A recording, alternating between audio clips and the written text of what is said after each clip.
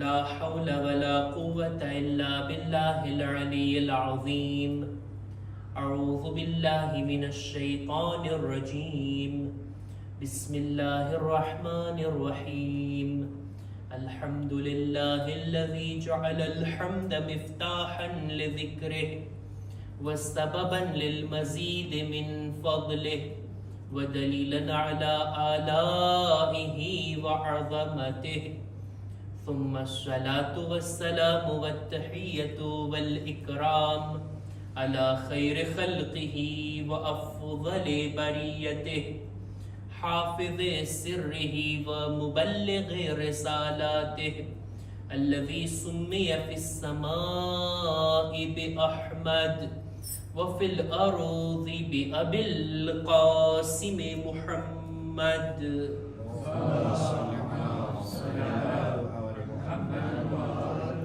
وعلى أهل بيته الطيبين الطاهرين المعصومين المظلومين ولعنة الله على أعدائهم أجمعين.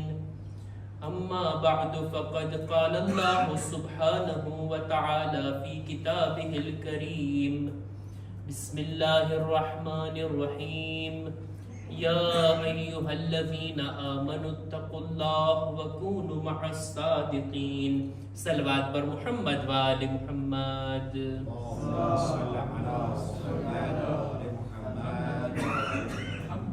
માહે જમાદિલ અવ્વલની શબે જુમા છે. આ ઈ મહિનો છે કે જેની અંદર અમુક મુનાસિબતો છે કે જેને ઇન્શાઅલ્લાહ આપણે મનાવશું. એમાંથી એક મુનાસિબત ઈ છે કે જેનો જિક્ર ઓછો થતો હોય અને ચાહું છું કે એ હસ્તીને આપણે યાદ કરીએ. માહે જમાદિલ અવ્વલની 6ઠી તારીખ ઈ છે કે જ્યારે જંગે મૌતા થઈ અને જેની અંદર અમીરુલ મુમિનીનના ભાઈ જનાબે જાફરે તૈયારની શહાદત થઈ. આ ઈ જંગ હતી કે જેની અંદર 3000 નું લશ્કર રસૂલે ખુદા રવાના કરે છે અને જંગે મૌતાની અંદર ન તો રસૂલે ખુદા હાજર હતા ન તો અમીરુલ મુમિનીન. જનાબે જાફરે તૈયારને આ લશ્કરના સરદાર બનાવીને લશ્કરને રવાના કરવામાં આવ્યું. એક નહીં બલકે 3 સરદાર બનાવ્યા હતા કે જાફર શહીદ થઈ જાય તો એમના પછી બીજા, ઈ શહીદ થઈ જાય તો પછી ત્રીજા, અને આ રીતના રસૂલે ખુદા જંગના માટે મુસલમાનોને રવાના કર્યા હતા. મારે જંગે મૌતા નથી પડવી, મારે તો જનાબે જાફરે તૈયારનો જિક્ર કરવો છે. આ ઈ હસ્તી છે કે જેમના ઉપર ખુદ માસૂમ ઇમામો ફખ્ર કરતા હતા. શામના દરબારની અંદર ચોથા ઇમામનો જે ખુતબો છે એની અંદર ચોથા ઇમામ ફખ્રની સાથે કહે છે, મિન્ના જાફરુન તૈયાર, અમારા ચાચા જનાબે જાફરે તૈયાર છે કે જેઓ જંગે મૌતાની અંદર આ રીતના શહીદ થયા. જનાબે જાફરે તૈયાર અમીરુલ મુમિનીન થી 10 વર્ષ મોટા છે. એમના સગા ભાઈ સૌથી મોટા જનાબે તાલિબ, પછી જનાબે અકીલ અને પછી જનાબે જાફર અને સૌથી નાના અમીરુલ મુમિનીન. 10 વર્ષનો ફરક છે જનાબે જાફર અને મૌલા અલીની દરમિયાન. આપણે બધા જાણીએ છીએ કે રસૂલે ખુદા ઇસ્લામની દાવત આપવા પહેલા જ્યારે ખાને કાબાની બાજુમાં રહીને નમાઝ પડતા, એવી નમાઝ કે રસૂલે ખુદા નમાઝ પઢાવતા, એમની પાછળ અમીરુલ મુમિનીન અને એક બાજુ જનાબે ખદીજા, આ 3 હસ્તીઓ નમાઝ પડતા ને ત્યારે બિલકુલ ઇસ્લામની શરૂઆતમાં રસૂલે ખુદાની પાછળ નમાઝ પડવામાં અમીરુલ મુમિનીન બાદ મર્દોમાં જો કોઈ હોય તો ઈ જનાબે જાફરે તૈયાર છે. કોઈ મામૂલી શખ્સિયત નથી. જનાબે જાફરે તૈયાર ઈ છે કે રસૂલે ખુદા મક્કાથી મદીના હિજરત ફરમાવી ઈ પહેલા એક ગ્રુપને રવાના કર્યા હતા.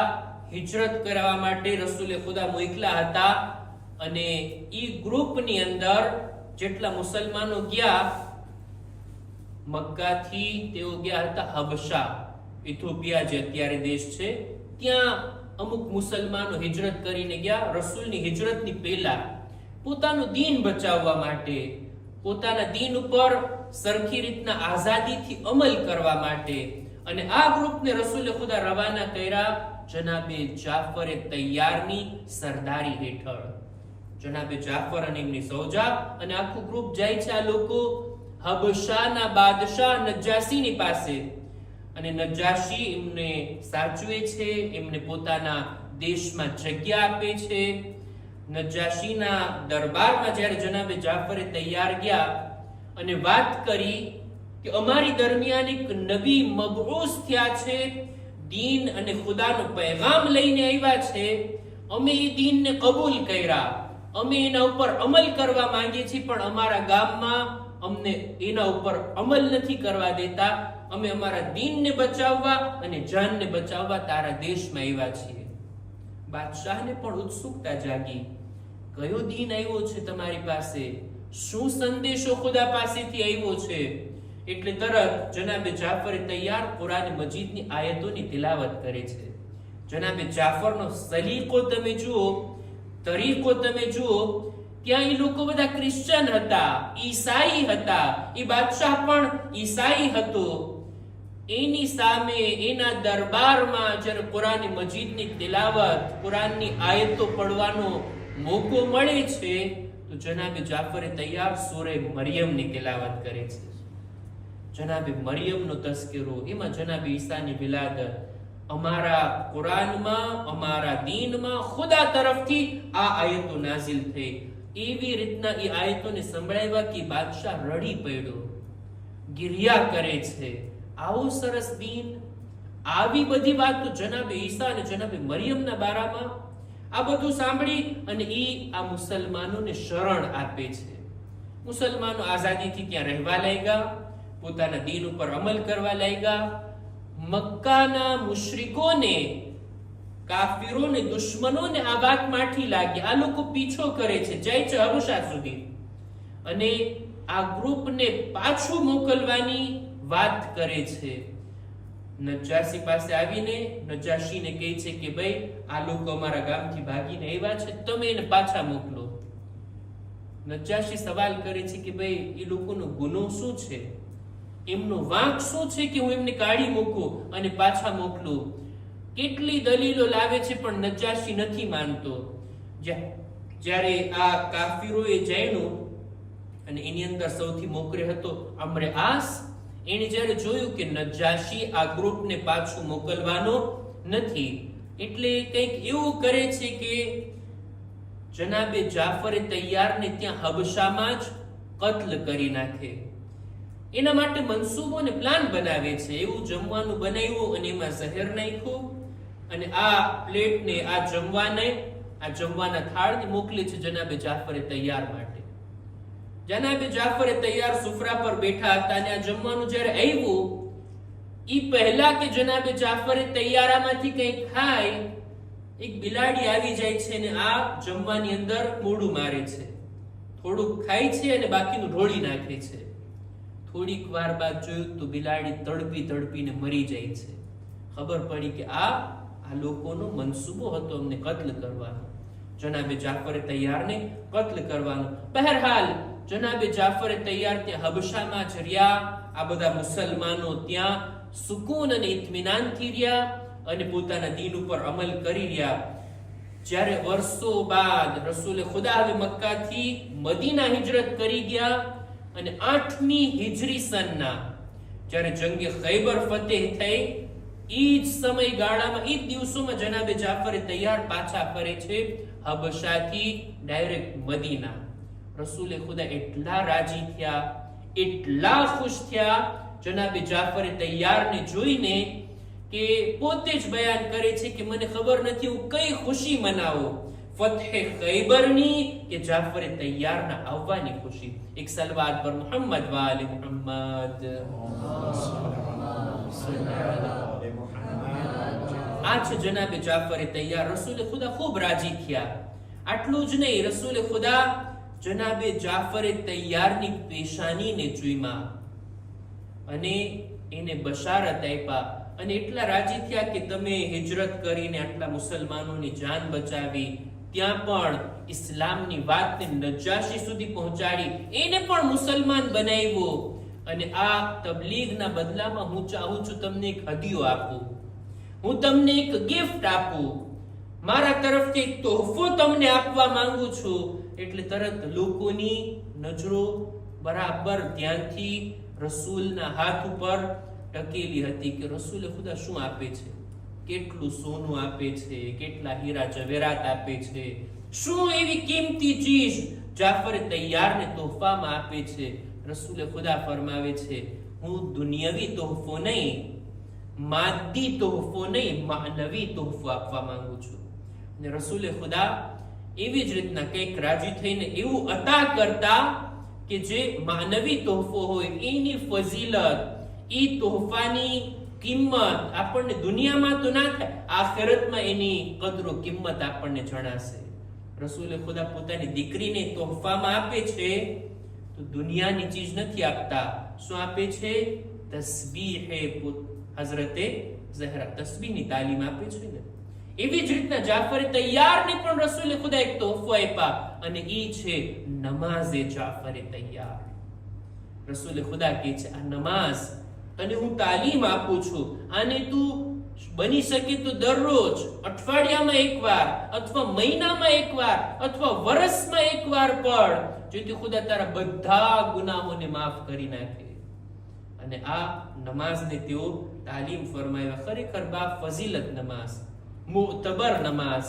આ ઈ નમાઝ છે કે જેને બધા મુસલમાનો કબૂલ રાખે છે, શિયા અને સુન્ની બંનેની રિવાયતમાં આ નમાઝે જાફરે તૈયાર વારિદ થઈ છે. અલબત્તા આપણે નમાઝે જાફરે તૈયાર તરીકે ઓળખીએ છીએ, એ લોકો કઈ બીજું નામ, નમાઝે તસ્બીહ કે એવું કઈક નામ એને યાદ કરે છે. પણ આ નમાઝની તાલીમ રસૂલે ખુદાએ જનાબે જાફરે તૈયારને આપી.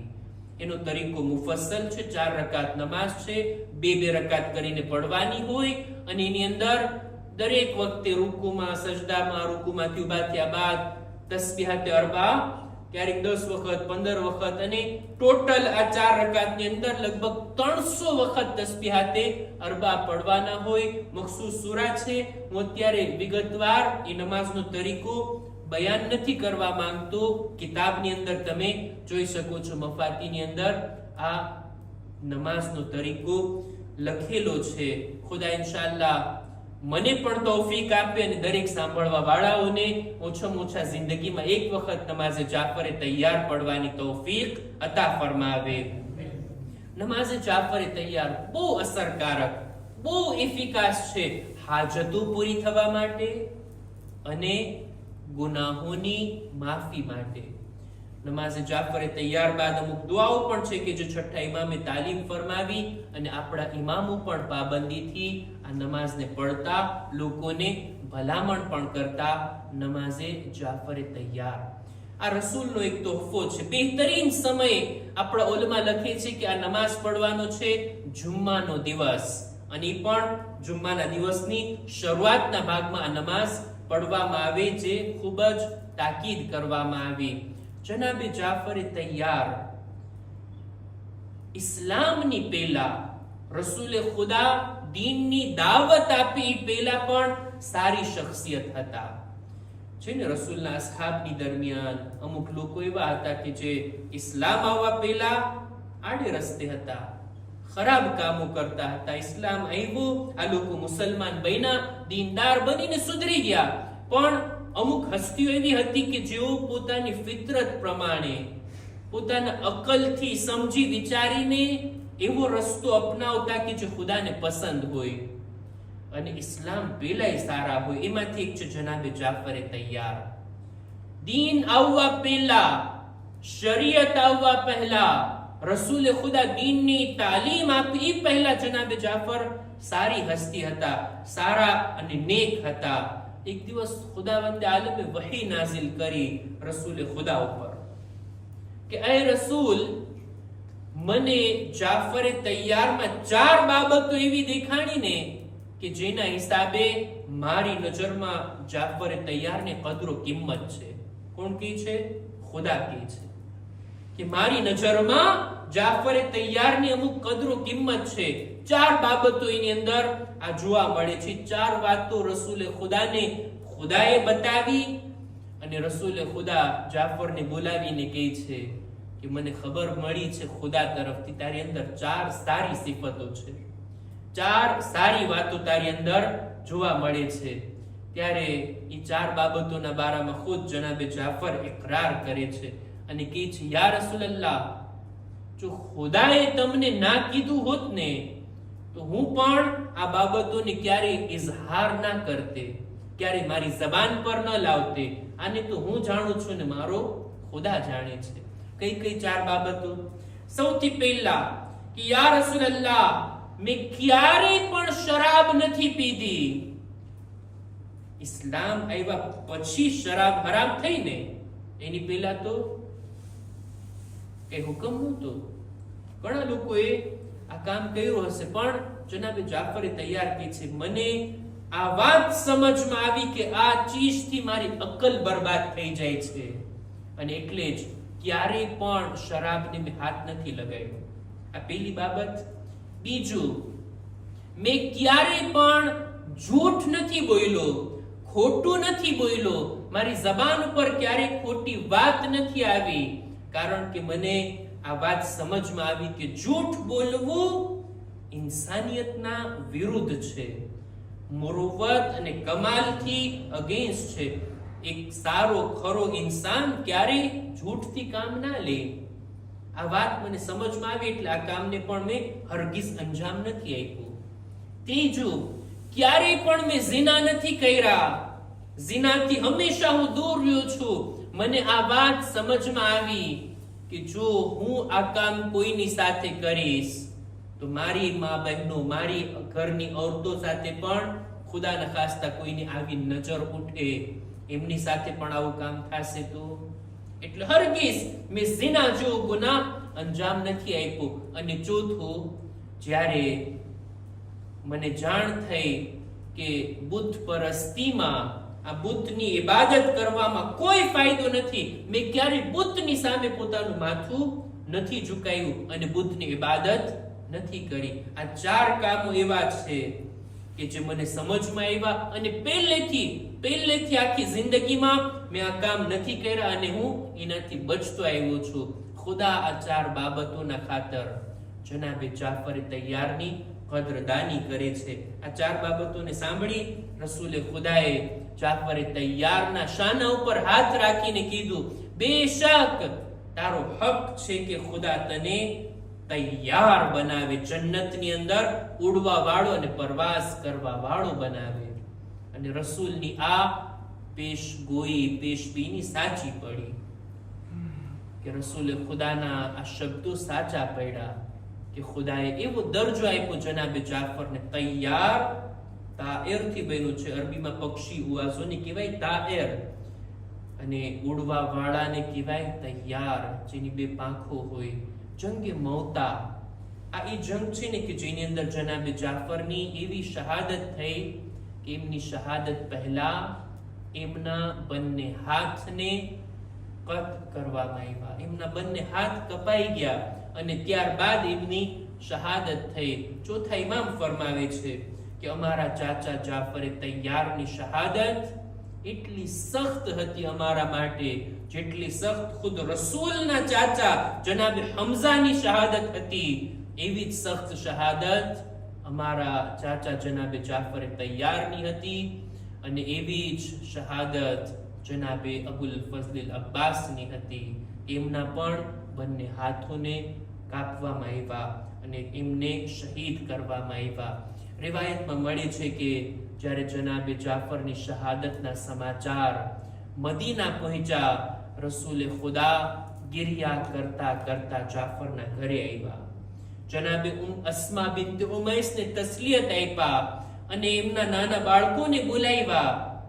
ખુદ જનાબે અબ્દુલ્લા ઇબ્ન જાફર, જનાબે ઝૈનબના શૌહરનું બયાન કે હું નાનું હતું, મને યાદ છે રસૂલે ખુદા અમારા ઘરે આવ્યા, મારી માને તસ્લિયત આપ્યા, અમારા માટે દુઆ કર્યા, અમારા બાબાના હકમાં દુઆ કર્યા અને અમો યતીમ બાળકોને પોતાની પાસે બેસાડ્યા, અમારા માથા પર હાથ ફેરવા, અમોને સાથે મસ્જિદે લઈને ગયા, ત્યાં સુધી કે મિંબર પર પણ અમને સાથે બેસાડ્યા, અમારી સાથે એટલું મોહબ્બત ભર્યું વર્તન કર્યા.